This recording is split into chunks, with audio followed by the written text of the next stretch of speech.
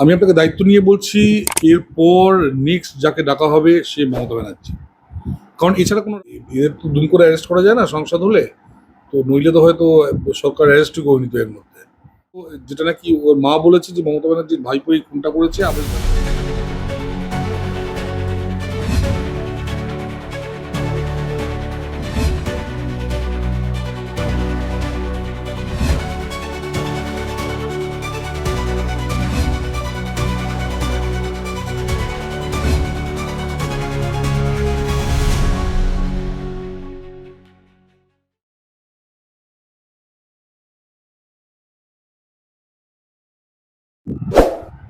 Sir, প্রথমেই আপনাকে CM news মিডিয়ায় স্বাগত জানাই। নমস্কার। আমরা এই প্রথমবারের মতন দেখলাম এক সপ্তাহ ধরে উদযাপন করা হলো স্বাধীনতা দিবসের অনুষ্ঠান। হারবার তিরঙ্গা কর্মসূচি থেকে শুরু করে রেড রোডে বড় করে স্বাধীনতা দিবস পালন এবং রাজ্য সরকারের যে বিভিন্ন উদ্যোগগুলি রয়েছে, বিভিন্ন প্রকল্পগুলো আছে, সেইগুলো ট্যাবলোর মাধ্যমে দেখানো হয়েছে। এছাড়াও কুচকাওয়াজ থেকে শুরু করে সাংস্কৃতিক অনুষ্ঠান। রাজ্য সরকারের এই নতুন উদ্ভাবনা নতুন প্রজন্মের ওপর কিভাবে প্রভাব ফেলবে বলে আপনার মনে হয়? দেখুন, আমাদের রাজ্যে বরাবর একটা নেগেটিভ রাজনীতি করা হয়েছে এবং সবাই এসে শুধু আমাদের এখানে মানে গত ৪৯ বছর বিশেষ করে রাজনীতি ছিল কেন্দ্রর সমালোচনা করা। কেন্দ্র কি করেছে, জ্যোতিবাবু তাই করেছেন, বুদ্ধদেব বাবু লিটল বিট ইয়ে করেছিলেন, মমতা ব্যানার্জিও তাই, যে কেন্দ্র কি করেছে তার সমালোচনা। একটা নতুন রাজনীতি শুরু করার চেষ্টা করা হচ্ছে, যেখানে বলা হচ্ছে যে আমরা কাজ করব, আমরা এগিয়ে নিয়ে যাবো। দেখুন, উত্তর ভারত এবং উত্তর পূর্ব ভারত এবং পূর্ব ভারত এই এই তিনটে জায়গা এগোতে পারেনি। তার একমাত্র কারণ, হার্টে ব্লক হলে যেমন রক্ত চলাচলে অসুবিধা হয়, কলকাতা হলো হার্ট, এবং কলকাতার এই জেহাদি এবং বামপন্থীদের দখলে চলে যাওয়াতে এই পুরো জায়গাটা ডেভেলপ করতে পারেনি। অন দি কন্ট্রারি আপনি দেখবেন সাউথ ইন্ডিয়া এবং ওয়েস্টার্ন ইন্ডিয়া ডেভেলপ করেছে। আজকের দিনে কলকাতার ওই ব্লকটাকে খোলা হচ্ছে, এখানে পোর্ট তৈরি হবে, এখানে বিভিন্ন ইনফ্রাস্ট্রাকচার তৈরি হবে, রোড থেকে শুরু করে এয়ারপোর্ট, ওয়াটারওয়েজ। এছাড়া ধরুন বিভিন্ন আমাদের এখানকার মানুষ গরিব হয়ে গেছে, গত ৪৯ বছরে ইকোনমিক্যালি ভেঙে পড়েছে। মহিলাদের জন্য বিভিন্ন প্রকল্প তৈরি করা হচ্ছে, তার টাকা বাড়িয়ে দেওয়া হয়েছে। বিভিন্ন যে সরকারি স্কিমে যারা চাকরি করেন তাদের আয় বাড়ানো হয়েছে, তাদের মায়না বাড়ানো হয়েছে। যেমন ধরুন আশাকর্মী বা অন্যান্য কর্মী যারা আছেন, আগে ঘর দেওয়া নিয়ে আগে প্রচুর মানে ইয়ে হতো মানুষের, ঘর দেওয়া নিয়ে বা টয়লেট দেওয়া নিয়ে সেখান থেকে দুর্নীতি হতো, একদম দুর্নীতি মুক্ত করা হচ্ছে। স্কুল টিচার রিক্রুটমেন্ট, যেটা নাকি জ্যোতিবাবুর সময় থেকে পুরোপুরি হয় স্বজন পোষণ নয় দুর্নীতিতে নেওয়া হতো। একটা টাইমে জ্যোতিবাবুর সময় কি ছিল, local committee school teacher recruit করতো বা স্কুল কমিটির সঙ্গে মিলিয়ে, এবং তারা টিচারদের থেকে টাকা পয়সা নিত। সেই সময় একটা ১ লাখ থেকে ১.৫ লাখ টাকা নিত। পরবর্তীকালে মমতা ব্যানার্জি এসে সেটাকে ১৫ থেকে ২০ লাখ টাকা রেট করে দেন। সেখানে এই প্রসেসটাকে সম্পূর্ণভাবে মানে আপনার ঠিকঠাক করার জন্য ৩ জন রামকৃষ্ণ মিশনের মানে হাইলি এডুকেটেড সন্ন্যাসী এবং আইআইএম এর একজন অধ্যাপককে রিক্রুট করা হয়েছে। বাচ্চাদের খাবার দেওয়া হচ্ছে, মানে এতদিন পর্যন্ত সেই অটলজি কবে থেকে শুরু করেছেন খাবারের ব্যবস্থা, বাচ্চাদের মিড ডে মিল, কিন্তু বাচ্চারা পেত না। আজকে উনি সেটা ইসকনকে দায়িত্ব দিলেন, যাতে সত্যিকারের ভালো খাবার বাচ্চারা পায়, বাচ্চারা যাতে স্কুলে আসে, যাতে অ্যাটেন্ডেন্স বাড়ে। তো সেই জিনিসগুলোই দেখানো হয়েছে এবং মানুষের মধ্যে একটা পজিটিভ ইয়ে আনা হচ্ছে। যদিও কেউ কেউ নেগেটিভ শুধু সমালোচনা করে যাচ্ছে, কিন্তু শুভেন্দুবাবু তো চেষ্টা করে যাচ্ছেন। শুভেন্দুবাবু অনেকেই, শুভেন্দুবাবু, অগ্নিমিত্রাদি, দিলীপবাবু, দুধকুমার মণ্ডল সাহেব, অনেকেই আছেন মানে যারা বেশ ভালো কাজ করছেন। এবং স্বপনদা, আমি সবার নাম তো মনে পড়ছে না, সবাই মোটামুটি চেষ্টা করছেন একটা টিম হিসাবে। তো কিন্তু লিডারশিপ অবভিয়াসলি শুভেন্দুবাবু, এবং খুব ভালোভাবে সব আইএস এদের কোঅর্ডিনেশন নিয়ে কাজ করছে। তো সেগুলো দেখানো হচ্ছে আর কি। স্যার, গতকাল মৌলালির যুব কেন্দ্রে মুখ্যমন্ত্রী একটি অনুষ্ঠানে যোগদান করেছিলেন, বিভাজনে বিভীষিকা। এতদিন ধরে আমরা কখনো এই দেশভাগের ইতিহাস সম্পর্কে কোনো আলোচনা আমরা দেখিনি। এই প্রথম নতুন রাজ্য সরকার এই দেশভাগের ইতিহাস নিয়ে আলোচনা করলেন। তার সাথে সাথে দ্য গ্রেট ক্যালকাটা কিলিং, যেটা দেশভাগের অন্যতম কারণ হিসেবে তিনি ব্যাখ্যা করেছেন। তো এই দেশভাগের ইতিহাস তো সকলের জানার অধিকার আছে। এই দেশভাগের ইতিহাস কি সাধারণ মানুষের থেকে আড়াল করে রাখার চেষ্টা করেছিল আগের সরকার? দেখুন, আমরা হলাম একদম মানে খাঁটি বরিশালের বাঙাল, এবং আমার মামা বাড়িও বাঙাল, আমাদের এই বাড়িও বাঙাল। মানে আমাদের সব মানে আমাদের পুরো পরিবারে এক দিয়ে ঠাকুমা বাদে বাকি সবাই বাঙাল। আমরা ওই দেশ থেকে দেশভাগের সময় আমরা এসেছি এবং থাকতাম বাঙাল পাড়ায়, দমদমের বাঙাল পাড়ায় থাকতাম। বিশ্বাস করবেন না, দমদমের বাঙালপাড়ায় পর্যন্ত আমাদের জেনারেশন, আপনি সেই জেনারেশন তো ছেড়েই দিন, মানে দমদমের বাঙালপাড়ায় পর্যন্ত আমাদের জেনারেশনের ছেলেমেয়েরা এই সম্পর্কে কিছু জানতো না। কিন্তু এখানে বুঝতে হবে যে কেন তারা জানে না। তারা জানে না এই কারণে, কারণ ওখানে যে রাজনীতিটা শুরু করেছিল সেটা শুরু করেছিল দমদমে তরুণ সেনগুপ্ত, যিনি সেই সময় মন্ত্রী ছিলেন, আর এখানে ছিলেন নিরঞ্জন সেনগুপ্ত। তখন বাকি যারা বাঙাল ছিল তারা খাওয়ার জুটতো না, তারা বাড়িতে একটা নিউজ পেপার পর্যন্ত রাখার ক্ষমতা রাখতো না। তখন এই যে কমিউনিস্ট যে বাঙালরা আছে, যার মধ্যে এই তরুণ সেনগুপ্ত, নিরঞ্জন সেনগুপ্ত, বা তরুণ সেনগুপ্তর পরের প্রজন্ম সুভাষ চক্রবর্তী বা মতিলাল মৈত্র, এরা মানুষকে ভুল বোঝানো শুরু করে। এবং পরবর্তীকালে অশোক মিত্র এটসেট্রা যারা ফিরে আসছেন, এরা মানুষকে ভুল বোঝানো শুরু করে এবং বলে যে সবকিছু পারফেক্ট ছিল। এবং যা হয়, একটা জেনারেশন যারা ওখান থেকে পালিয়ে এসছে তাদের ব্যাপারটা মনে আসে, পরের জেনারেশন লড়াই করতে করতে তারা ধীরে ধীরে ভুলে যায়। আমাদের ইতিহাস বই সেটাকে ভুলিয়ে দেয়, আমাদের সিনেমা সেটাকে ভুলিয়ে দেয়। আপনি দেখুন ঋত্বিক ঘটকের সিনেমা বারবার দেখাচ্ছে যে বাঙালদের কি কি প্রবলেম হয়েছে, কিন্তু একটা লোক বাঙাল কেন হলো সেটা বলছেন না। সত্যজিৎ রায়ের অশনি সংকেত, সেখানে বলা হচ্ছে যে কেন 43-এর দুর্ভিক্ষ হয়েছিল, এই দুর্ভিক্ষের পর কি হয়েছিল, কিন্তু কেন দুর্ভিক্ষ হয়েছে সেটা বলা হচ্ছে না। এই যে লুকিয়ে যাওয়া ইতিহাসটা, আমাদের ইতিহাস। এখানে আর একটা বিষয় হ্যাঁ, যুক্ত করব যে কিছুদিন আগে তখন তৃণমূল জমানায় একটা সিনেমা দ্য বেঙ্গল ফাইলস, এটাকে বাংলাতে রিলিজ হওয়া থেকে আটকানোর জন্য তৃণমূল তখন বিরাট ভূমিকা গ্রহণ করেছে। একদম একদম একদম, এবং এতে সত্য লুকানো যায় না, কিন্তু বেঙ্গল ফাইলসটাকে তারা লুকানোর চেষ্টা করেছে। এমনকি নকশালরা আপনি দেখেছেন যাদবপুরে, এবং আগামীকালও বোধহয় এই বেঙ্গল ফাইলস বোধহয় যাদবপুরে হবে, সেটা নিয়ে ওরা চেঁচামেচি শুরু করেছে। ছাত্ররা তো করে না, এটা করে মাস্টারমশাইরা ছাত্রদের দিয়ে করায়। এবং এছাড়া বুদ্ধাইনে ট্রাফিক জ্যাম বলে একটি সিনেমা এসেছিল, সেটাও ওখানে বন্ধ করার চেষ্টা করেছে। গত 75 বছরে বাংলা কেন ভাগ হলো, পাঞ্জাবে যেখানে বহু সিনেমা হয়েছে, কেন পাঞ্জাব ভাগ হলো, বাংলা কেন ভাগ হলো সেই নিয়ে কোনো সিনেমা হয়নি। মানে অতীন বন্দ্যোপাধ্যায় থেকে শুরু করে অনেকে লিখে গেছেন, বুদ্ধদেব গুহ, কিন্তু সেগুলো নিয়ে কোনো সিনেমা হয়নি, কোনো হয়নি, যে জন্য মানুষকে ভুলিয়ে দেওয়া হয়েছে। আজকে আমরা একটা করাচ্ছি, সাবধান করে দিচ্ছি পরের জেনারেশনকে, যাতে নাকি পরের জেনারেশন আবার এদের ট্র্যাপে না পড়ে। এই যে ট্র্যাপটা, যে এখানে লোককে ব্রেন ওয়াশ করে আজকে স্পেন যে সমস্যায় পড়ছে, জার্মান যে সমস্যায় পড়ছে, ফ্রান্স যে সমস্যায় পড়ছে, ব্রিটেন যে সমস্যায় পড়ছে, বেঁচে গেছে একমাত্র ইটালি, কারণ ইটালিতে ন্যাশনালিস্ট গভর্নমেন্ট, বা এরা যে সমস্যায় পড়ছে সেই সমস্যায় যাতে আগামী দিনে বাংলা না পড়ে, সেই জন্য আমাদের এটা নিয়ে প্রচার করতে হবে। এবং শুভেন্দুবাবু এটা সঠিক কথাই বলেছেন যে এটা একটা সঠিক পদক্ষেপ। আগের সরকার তো নতুন প্রজন্মের উন্নতির বার্তা দিত, কিন্তু তাদের কি একবারও মনে হয়নি যে আগের প্রজন্মকে এই দেশভাগের ইতিহাস সম্পর্কে জানানো উচিত বা পশ্চিমবঙ্গের অতীত সম্পর্কে জানানো উচিত? আগের সরকার নতুন প্রজন্মের জন্য যাতে চাকরি বাকরি হয় সেই ব্যবস্থাটুকুই করেননি। প্রথমে যখন এসছে তখন বললো এসিজেড দেবো না, ল্যান্ড দেবো না, এখানকার সব ইন্ডাস্ট্রি চলে গেল।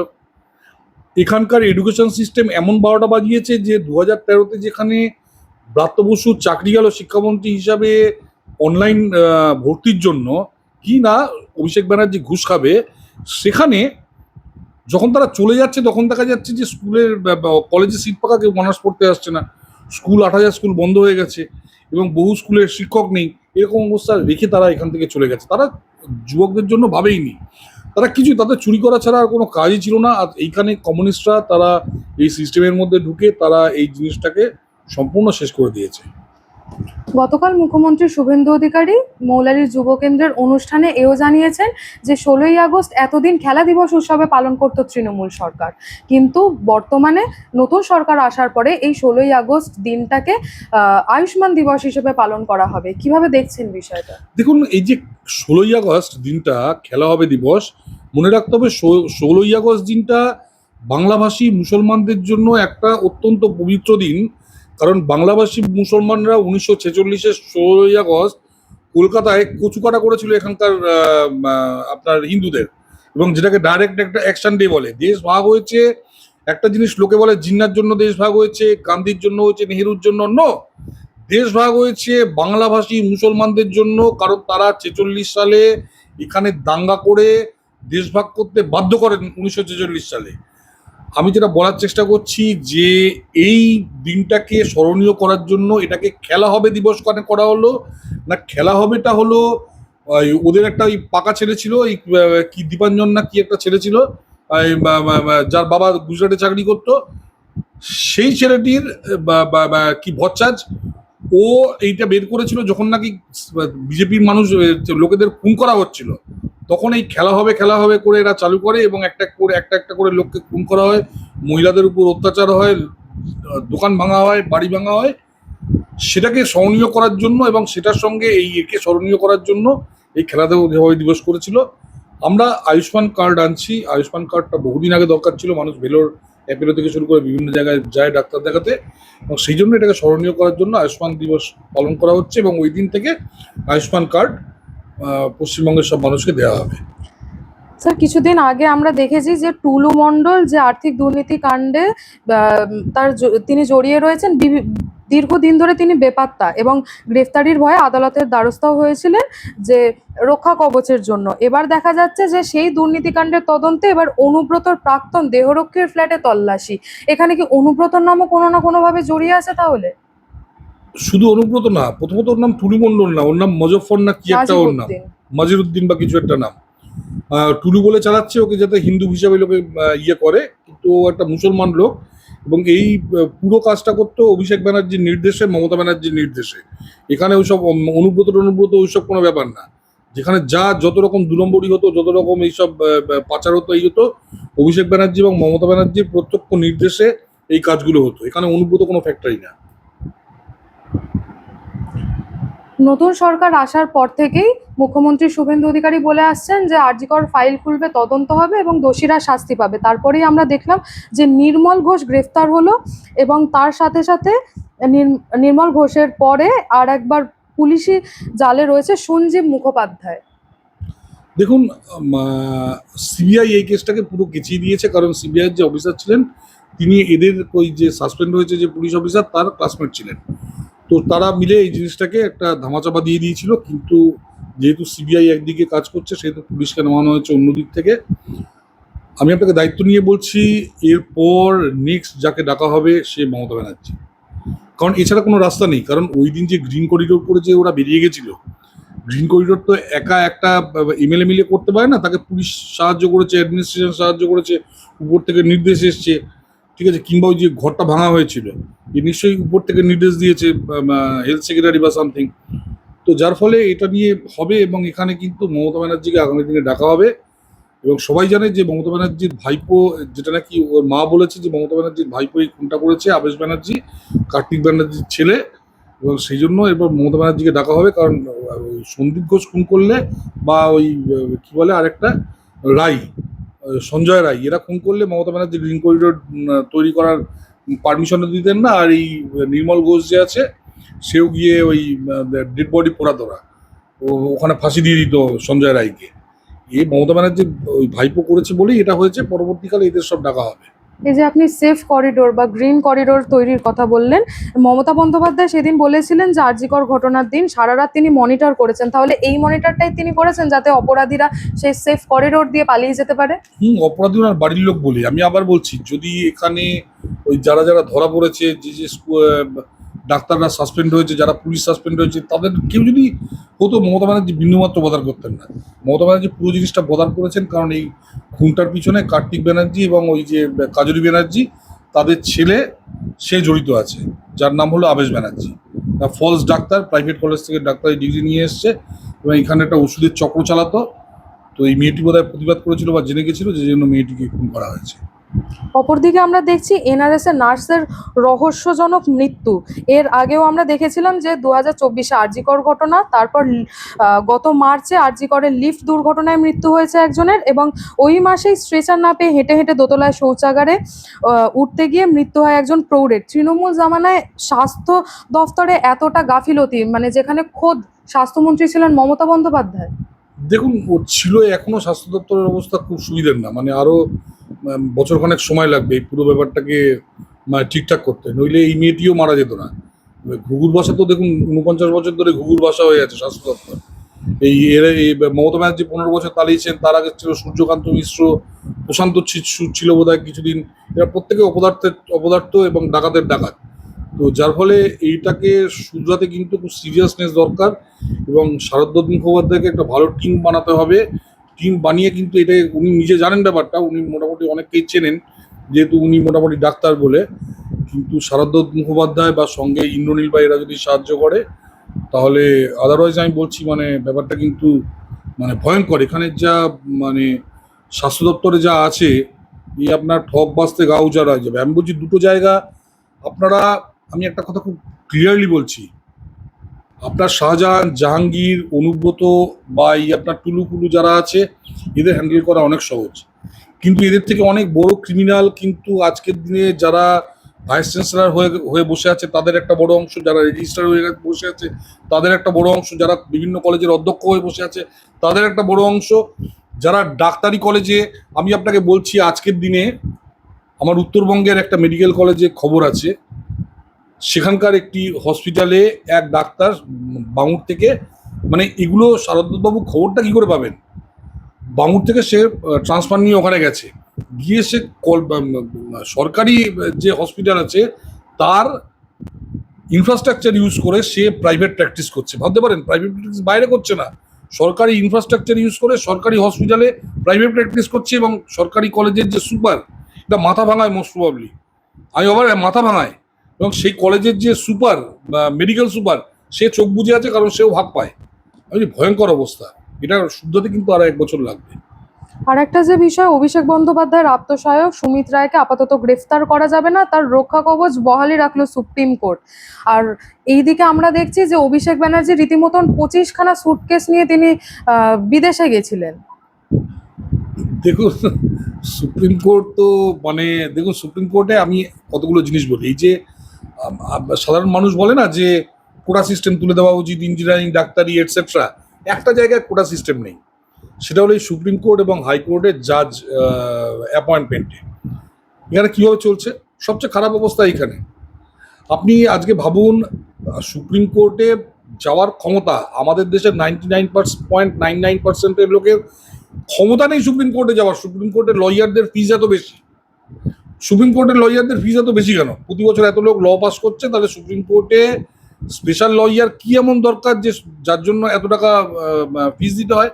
একটা হিয়ারিংয়ে 35 থেকে 40 লক্ষ টাকা দিতে হয়, সেই টাকা কি করে দেবে সাধারণ মানুষ? তার মানে একটা হিয়ারিংয়েই তাকে ঘটিবাটি বেঁচে, কারো যদি ছেলে মেয়ে মারা যায় বা খুন হয়, সে তো সুপ্রিম কোর্ট পর্যন্ত যেতেই পারবে না। আইনটা তাহলে কাদের জন্য? আমি বলছি পুরো গড়বড় করে বসে আছে। এবং যারা চুরিচামারি করেছে, যারা ধরুন ডাকাতি করেছে, যারা রাহাজানি করেছে, তারা এইসব বড় বড় লয়ার যেমন এই এদের ধরছে, ধরে তারা জাজমেন্ট দিচ্ছে। ধরুন এরা দেশের সব বড় বড় এমন সব ইয়েদের দিচ্ছে, দেখা যাচ্ছে সুপ্রিম কোর্টের যে প্রধান বিচারপতি তিনি কিছুদিন আগে সেই লয়ারের আন্ডারে কাজ করতেন। এবার আমি জানি না, মানে বিচার ব্যবস্থা, মানে মানে আমি বলছি মানে একটা বড় রকম কিন্তু একটা ইয়ে দরকার। এবং এটা আমি বলছি না, কলেজিয়ামের বিপক্ষে যে 5 জন রায় দিয়েছিলেন 2014-তে, সেই 5 জনের মধ্যে 2 জন রিটায়ারমেন্টের পর বলেছেন যে কলেজিয়ামের বিরুদ্ধে রায় দিয়ে আমাদের ভুল হয়ে গেছে, কলেজিয়ামটা তুলে দেওয়া উচিত।